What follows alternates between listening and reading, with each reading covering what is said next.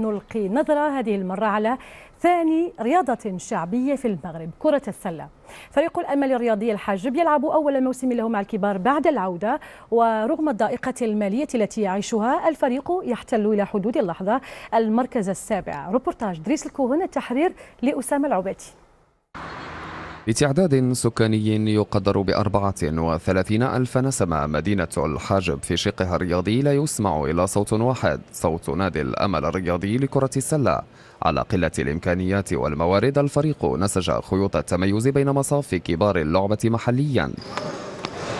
كان في الأول هو المتصدر ديال الدوري، ولكن دابا كنتأسفوا لهذا الشيء اللي وصل ليه الصراحة، وكنطالبوا من المسؤولين يكون شي تدخل مادي ومعنوي اللي نشوفوا هذا الفريق اللي يساند هذا الفريق ونشوفوه فين كان. هذه رساله موجهه الى جميع الفاعلين ديال هذه المدينه من اجل انقاذ هذا الفريق وتحقيق حلم ديال هو على الاقل نوصلوا لواحد الدومي فينال واللقب على سله. لا يختلف اثنان حول ما حققه نادي الأمل الرياضي للحاجب لكرة السلة من إنجازات بطولية وصفت بالناجحة بعد سلسلة من الانتصارات جعلت الجميع يرفع من سقف الطموحات حتى تصل حد الرغبة في حيازة لقب البطولة الوطنية. وهذا تشريف الإقليم ككل، سابقة في التاريخ ديال جميع أنواع الرياضات في الإقليم مع كرة السلة. كامل احتراماتي لزوج ديسيبلين ما وصلوا هذا المستوى اللي وصلنا عليه حنا. بدينا البطوله بصفر درهم، وعينا نواصلوا الجهات والناس المسؤوله على الدعم. الى يومنا هذا ما كاين لا دعم لا والو. الانطلاقه ديال الامل الرياضي الحاجب في البطوله الوطنيه كانت انطلاقه جد ممتازه. بالنسبه كنا كنحتلوا المراتب الاولى في الشاطر ديال في الالي.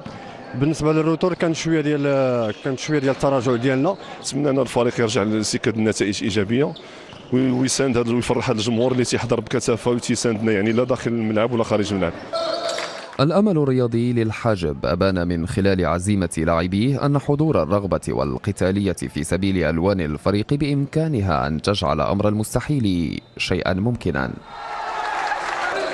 وأرحب بضيفي في الاستوديو مصطفى أوراش، رئيس الجامعة الملكية المغربية لكرة القدم. السيد أوراش، مرحبا بك. مرحبا الأخت جيهان، وشكرا على الاستضافة وتحية للجمهور الرياضي ومتابعي البرنامج. وضعية أمل الحاجب لكرة السلة هي فقط نموذج لعدد من الأندية التي تتخبط ربما في نفس وضعية الفريق، ولكنها تتشبت دائما بالأمل، تتشبت بالمنافسات. تابعنا أمل الحاجب يحتل المركز السابع على حدود اللحظة. كيفاش ممكن انتم كجامعة كرة السلة لهذه الأندية أنها تسير وتدبر؟ شفنا أنها كيطالبوا بالدعم للمضي قدما في المنافسة. بالنسبه كي كنشوفوا الامل الحاجب هو نموذج العديد من الانديه الوطنيه، لان مع الاسف كره السله ما كتاخذش حقها من الدعم المالي. الامر كيكون ربما تجاهل، ربما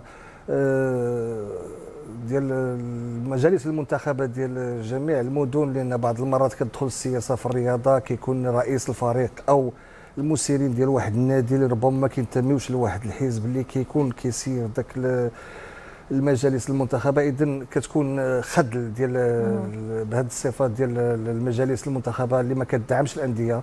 بالنسبه للجامعه هي في عوده الى الميادين بعد الجمود وبعد عودتها خروجها من غرفه الانعاش في 2021 يناير 2021.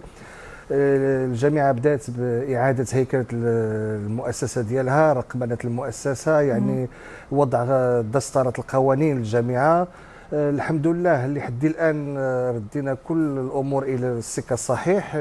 دابا كاين لقاءات مع الوزاره من اجل البحث عن حلول جديه من اجل اعطاء حق كره السله تستفد من الحقوق ديالها، لان الانديه والعمل اللي قمنا به باش ننشروا هذه اللعبه على جميع انحاء الوطن الحبيب. اذا ما يمكنناش ننشروا واحد اللعبه وما نقدروش المسؤولين على المدن وعلى المناطق انهم يدعموا هذه الانديه باش تقدر تعيش وباش تقدر تقوى وتعطي وتكون واحد الاستمراريه ديال هذه الانديه. وهذه الاستمراريه هي اللي كتعطينا المنتوج اللي نقدروا يستافد منه الفريق المدينه وتقدر يستافد منه المنتخب الوطني على الصعيد الاستمرار يا الدولي. سيد اوراش، يعني اعاده الاشعاع لكره السله، لان شفنا كره السله كانت مرت فترات زاهيه، المتتبعين وقاعده جماهيريه كبيره. يعني انتم كجامعه ملكيه مغربيه لكره السله، الامكانات المرصوده لهذه اللعبه كيفاش كتشوفوها؟ واش توازي الطموحات؟ اولا ربما نقول لك واحد الكلمه، هو انه عوده الجماهير وعوده المستوى العالي لكره السله اللي كنلاحظوه في هذا الموسم الرياضي، لان ربما ما خديناش حقنا في النقل التلفزيوني اللي غيوصل المستوى كره السله، ولا حتى الجماهير اللي كتحضر في القاعات الوطنيه، باش نقدروا نبينوا على العمل اللي قاموا به الانديه ولا الجامعه الملكيه ولا العصاب الجهويه. اذا وكنرجع الامكانيات المرصوده هي بصحيح العباره انها غير كافيه، وخاص ضروري ان الوزاره والجهات المسؤوله انها تدعم وترصد واحد الميزانيه مهمه للجامعه المغربيه لكره السله باش تقدر توقف وتقوي الانديه، باش نقدروا من نقوي الانديه نقدروا نخلقوا واحد المنتخب اللي غيكون يشرف البلاد. واش غير الامكانات الماديه كسؤال اخير سيد اوراش، غير الامكانات الماديه اللي كتكون ناقصه باش نشوفوا توهج المنتخب والانديه الوطنيه؟ اكيد، لان الجامعه قامت بجميع الامور ديالها من تكوين الاطور، يعني هناك شراكات دوليه اللي استفدوا منها اطور ديالنا وحكام، يعني جميع الامور رقمنه الجامعه، يعني تكوين القاعده. يعني هذا الموسم هذا قدرنا نقدروا نوصلوا حتى ل 20,000 منخرط ان شاء الله، وهو القاعده ديالها اللي كبرت بزاف. يعني العمل الجامعه قامت به، الانديه كتقوم بمجهودات، العصبه كتقوم.